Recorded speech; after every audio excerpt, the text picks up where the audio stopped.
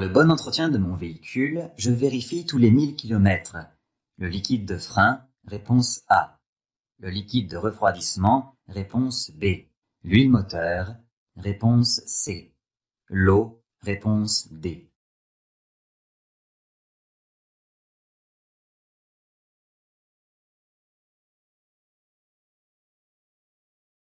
Que permet un entretien régulier?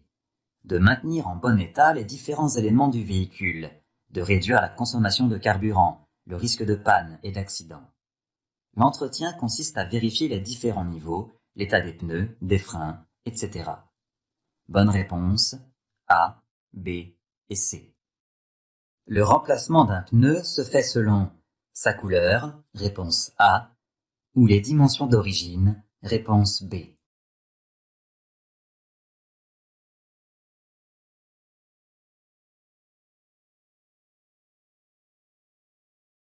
Quelle est la première étape pour changer un pneu? Je lis sur le flanc d'un des pneus en place les dimensions nécessaires. Bonne réponse B. Le feu de brouillard arrière se situe en 1, réponse A, en 2, réponse B, en 3, réponse C.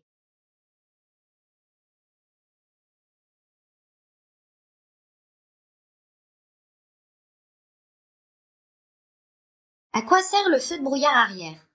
Il permet d'être visible des usagers qui me suivent par temps de brouillard ou lors de chutes de neige. Il est très puissant et peut éblouir si je ne l'utilise pas au bon moment. Le numéro 3 désigne le feu de brouillard arrière. Il est souvent placé plus bas que les autres feux. Bonne réponse, C.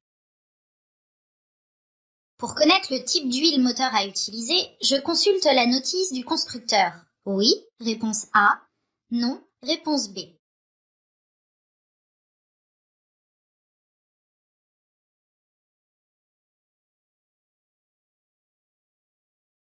Quels sont les risques en utilisant une huile moteur inadaptée?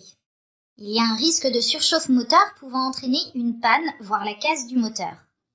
La notice du constructeur comporte toutes les informations nécessaires sur le véhicule et sur son utilisation. J'y trouve par exemple les références des liquides à utiliser. Huile moteur, liquide de refroidissement, etc. Bonne réponse A.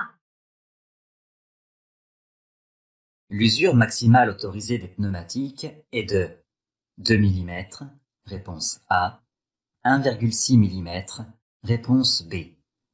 Si je change un pneumatique, il est conseillé de changer au moins les 3 autres pneumatiques, réponse C, l'autre pneumatique sur le même essieu, réponse D.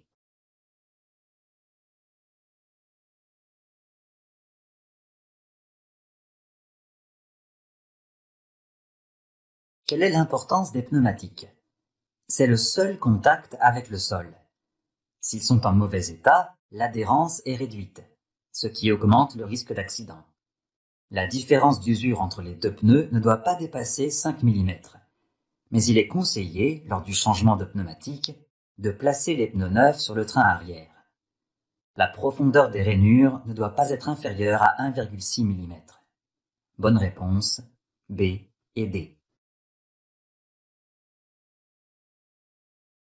J'ai activé la climatisation, réponse A, le désembeuage avant, réponse B.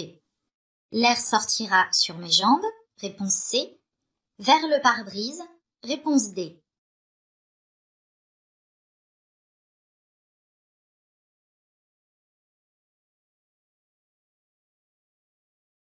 Comment savoir quel accessoire est activé? Il suffit de regarder le symbole pointé par le repère, rouge ici. C'est le désembeuage avant qui est activé, sur la commande de gauche. Le désembeuage permet d'enlever la buée sur le pare-brise avant grâce au souffle projeté dessus depuis l'intérieur de l'habitacle. Bonne réponse, B et D. Les feux de croisement éclairent plus loin. À droite, réponse A. À gauche, réponse B.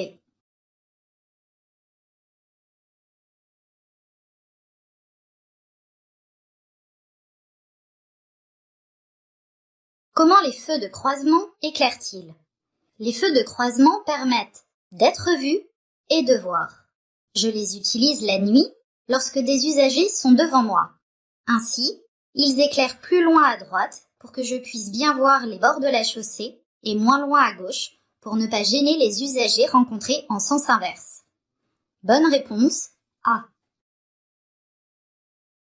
Le voyant indiquant une pression d'huile insuffisante est le voyant numéro 1, réponse A, numéro 2, réponse B, numéro 3, réponse C, numéro 4, réponse D.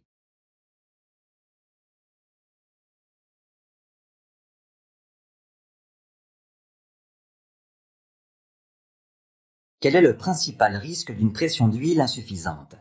Une casse moteur. C'est le voyant numéro 1 qui l'indique. Si ce témoin s'allume en circulation, je m'arrête immédiatement en sécurité et contacte un professionnel. Bonne réponse A. La profondeur minimale des rainures ne doit pas être inférieure à 1,9 mm, réponse A, 1,6 mm, réponse B, 2,6 mm, réponse C, 3 mm, réponse D.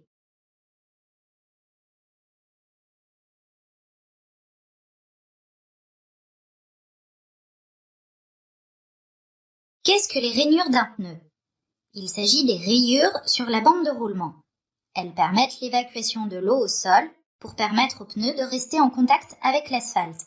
Leur profondeur ne doit pas être inférieure à 1,6 mm. Le témoin d'usure présent dans les rainures ne doit pas être atteint. Bonne réponse B.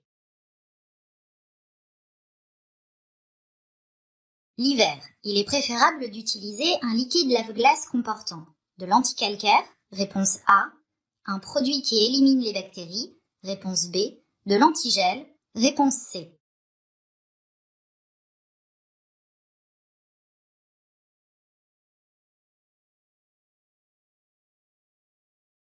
Quel est le risque l'hiver?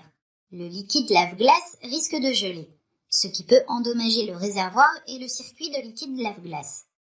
Pour éviter cela et pour pouvoir utiliser le système, le liquide lave-glace doit comporter un antigel. Bonne réponse, C.